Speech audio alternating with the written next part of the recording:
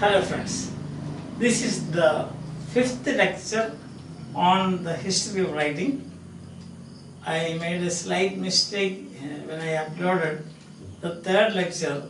The number has been given on the board. It is third, but when I uploaded by mistake I have printed it as in the printing I have shown fourth lecture. So I think that you will excuse me. That is, what you see as fourth is actually third. Alright. So the fourth lecture will come tomorrow.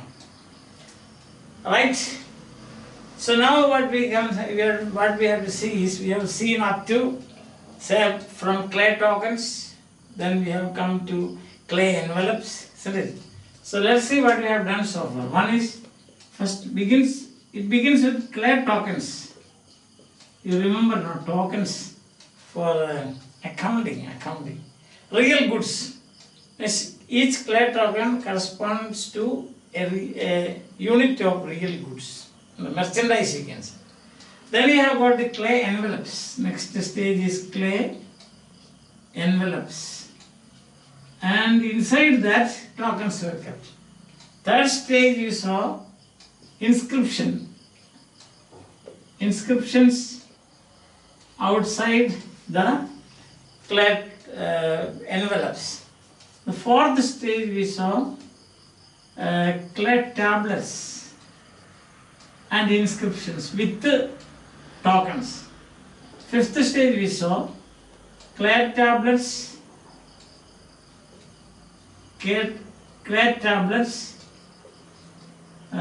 inscribed by stylus. That looks like a cuneiform. That is one edge tapering, stylus. And sixth stage we saw, along with this numerosity or plural, numerosity marked. Seventh we saw, it is pictographs. And eighth we saw, from pictograph we have got a logogram or ideogram. Logogram or ideogram. And later we saw ninth one is funerary writings or inscriptions. So from here onwards you find there is a huge shift. What is that huge shift? That writing got itself separated from goods or merchandise. Then speech or the sound was transcribed. The description of representation of sound from pictograph onwards becomes logogram, radiogram, ideas, and when it comes to funerary writings, there is absolutely no need of any goods or any merchandise or unit like units of grain or units of oil or units of honey and so on. So these are the, you can say, outline. How from clay tokens to funerary writings, that is separation of writing from merchandise, accounting and so on. And instead of that we have got ideas, syllable. Each idea is a syllable. And then you put syllables together, you have got words. Or even syntax, as we have seen, rebus writing. Anne gives life. You know how it was written like this, no? Anne gives life. And that verb is understood. So this is rebus writing. Something is left out to be understood. So up to this we have come. Alright. So I think you have taken down this. You are following this keenly, because this is a very important technology acquired by humans in the early, even before the Paleolithic age. It's prehistoric. Understand? Now what we find is that by 5500 BC, the invention of alphabet took place. Now down. See, now we are in 3000, 2500, 2600, 2500 BC, now coming after 1 millennium, 1000 years. We find that suddenly we find it is 1500 BC alphabet invented.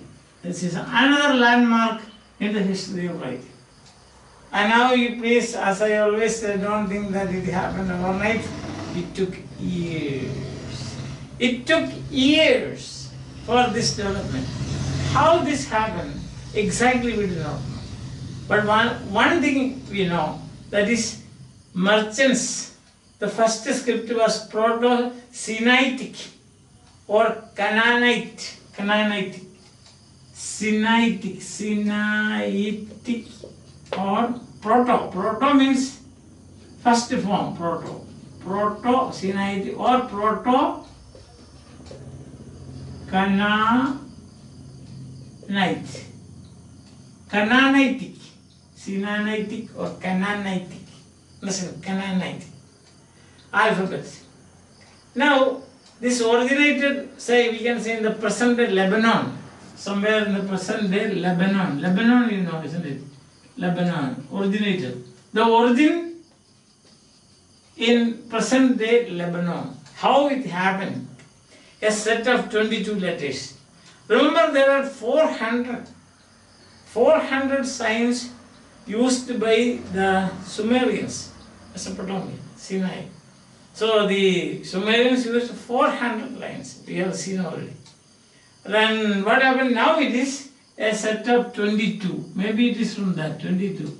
A set of 22 letters or 22 signs. And these 22 signs were diffused by Phoenician merchants who settled somewhere in Syria or Lebanon, in some areas in Lebanon or Syria. Now, another interesting thing is that this is each letter or each sign stood only for one sound. That's important to note. Or you can say there was a one-to-one correspondence. If it's easy to explain it by saying that English alphabet does not have a one-to-one correspondence. Because that means the English letter A, for example, it can be used for the sound as in man, isn't it? Man. Or you can say A as in eight, see? Or it can be used as for the sound A as in bath. See that? So how many? Time being, you have got 3 sounds.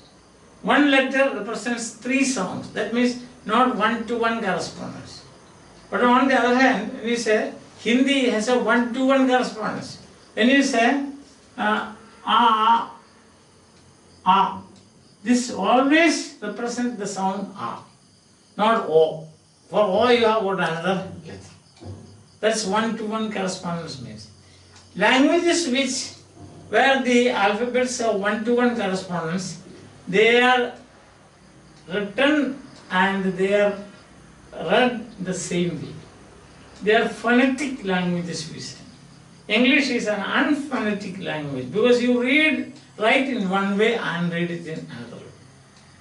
Hindi is not like. Hindi is phonetic language. We write ledka, then we pronounce it as ledka. We don't pronounce it as ludka, as we say neighbor. There are no silent letters in Hindi, isn't it? We don't say that bolana, we don't say bona. But in English we have got D-E-B-T.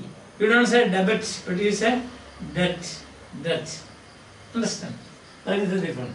So one-to-one correspondence means one letter represents only one sound. In the modern language, I gave you 2 examples. One is English, where you don't have one-to-one correspondence, and Hindi you have the corresponding. Understand?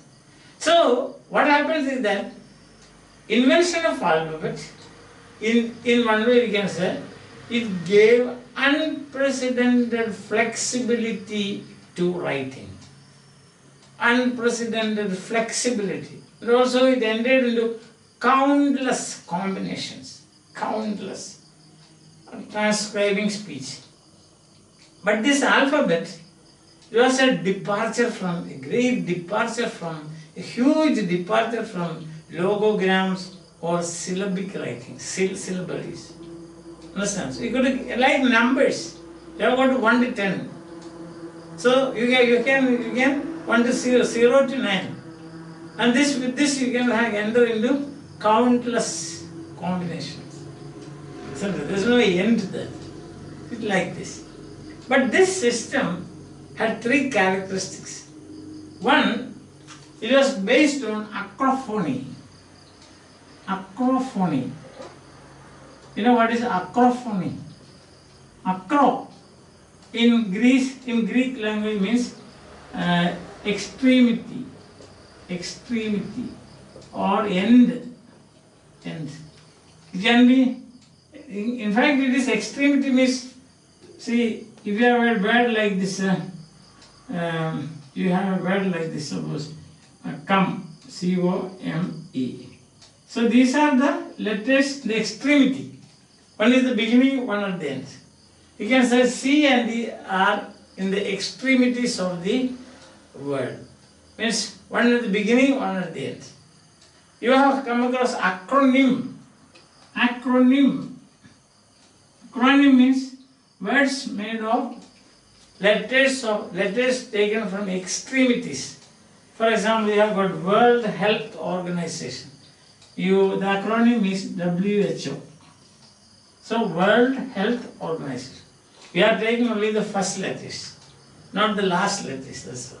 Or you have got examples like a ROB, Railway Over Bridge. DOB, Date of Birth. So these are acronyms. ROB, DOB. So these are some people say, what is your DOB? Instead of that, you can say, what is your dog? And where is the ROB? ROB means not robber but rob. That is railway overbridge. These are acronyms. Now acrophony. Acrophony means only the first letter is pronounced. That is acrophony means. The first letter is pronounced as a word. That is acrophone. Phone means sound. For example, suppose this is one of the letters. And then it is pronounced as Alpu. Alpu. Alpu means ox head. The word for ox head is Alpu. Alright. But the other letters we don't know. We are just imagining it's like this. Alpu. Alpu, you have only one word here. The pronunciation is only one letter is pronounced. The remaining letters are not pronounced. Same with the, B. B is pronounced as Betu. There may be other letters that we don't know which are exactly the letters. But this is pronounced as a word. The first letter is pronounced as a word.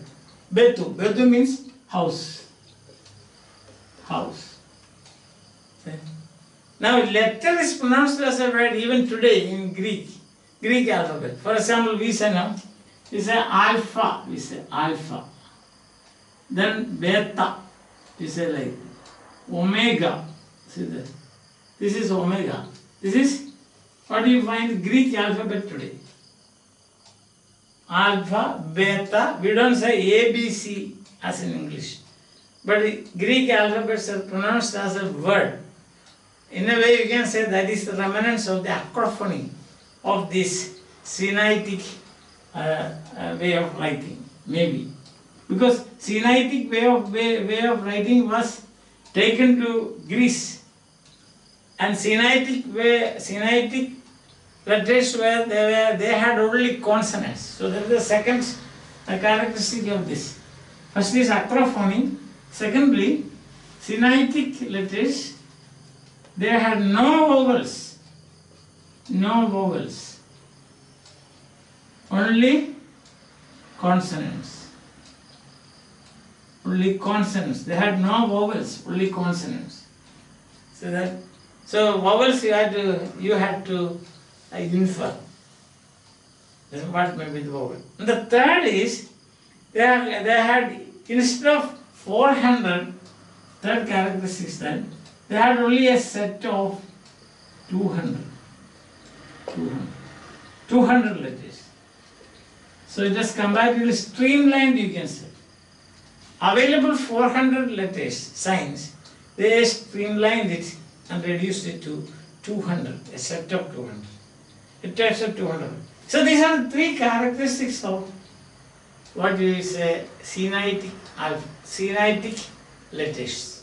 First one, based on acrophony, means only the first letter was pronounced, all the other remained silent. Then secondly, there are no vowels. Thirdly, there were only 200 signs or 200 marks. That is, these were the characteristics of Sinaitic or Canaanitic alphabet used by people who lived somewhere in Lebanon. So that is where it started. And now the transition of cuneiform alphabet. You should not think that it happened, as I already told you in the beginning, this happened in some say 100 years or 200. It took over 1 million years. Imagine. From cuneiform to Sinaitic, Proto-Sinaitic letters. From cuneiforms to Proto-Sinaitic letters, it took thousands of years. And then, as I told you, the Phoenician merchants. You remember in TSL there is a reference to Phlebas the Phoenician, a fortnight debt, forgot the cry of gulls. So that is, Phoenician merchants were famous, or they were the people who diffused it to different parts. Present parts means nearby places, especially they took this to Greece. And the Greek people, so 800 BC you can say, 800 BC, the Greeks were the originators or supplied the missing, that is vowels. The basic difference between vowels and consonants, in consonant, the production of consonant, the breath channel is blocked or narrowed. S, T. Many times I have told you, I have given 20 lectures on phonetics. Those interested can go through that. So breath channel is blocked or narrowed or opened and closed. P, P, P, P, P, B, B, B, B, T, T, T, T, D, D, D, D. See that? So opened and closed. Only then you will get the sound. But in vowels, the breath channel is free. A, E, U. So the Greeks were the people who actually supplied the vowels. The Greeks are always very proud of that. So the vowel sound alpha is one, omega is another. See, they use the acrophony. Acrophony means, I have already told you, only the letter is pronounced, especially the first letter of the word is pronounced, as a word. The remaining letters, they are not much concerned about it. So this is how writing as we see today, as we today or as we experience today, that is with consonants, that is by Lebanon, Sinaitic, consonants, Sinaitic, that is people of Lebanon, and vowels by Greece. Vowels in Greece, or just a Greek contribution, you can say, a Greek contribution. So now we have got vowels as well as consonants. So it is now a complete system of alphabets. And the humans, you can see we started somewhere in 3200 BC also. When you come to 800 BC, how many? 3000 years. How many years? So all through the years, right from clay tokens up to the invention of letters by Lebanon, people who lived in Lebanon, and it was diffused by or taken to different parts to Syria and so on by Phoenician merchants. Then the Phoenician merchants took the consonants to Greece, and the Greeks contributed the vowel, a set of vowels. Vowels means the breath channel is open without any obstruction. Vowels, always there is. Naturally it is, because most probably in a very cold climate, this our great forefathers might be sitting in the morning, and then there might be vibration over here, and their jaws maybe. Lower jaw is even now you can say. Then they might have produced a sound.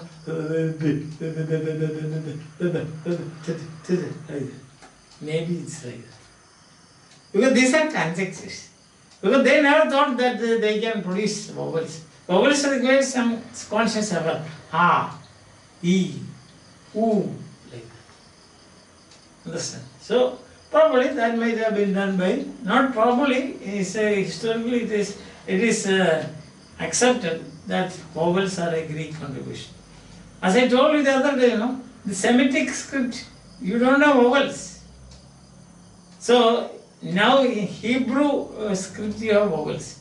But in the original, because they don't, Yahweh they write. Go ahead. Jehovah, that is God, they write Yahweh. There are no vowels in that. So you have to guess what are the vowels in that. Understand? So Semitic script is like that. The Semitic script has been, Semitic means the Jews. Semitic. You remember anti-Semitism in Merchant of Venice.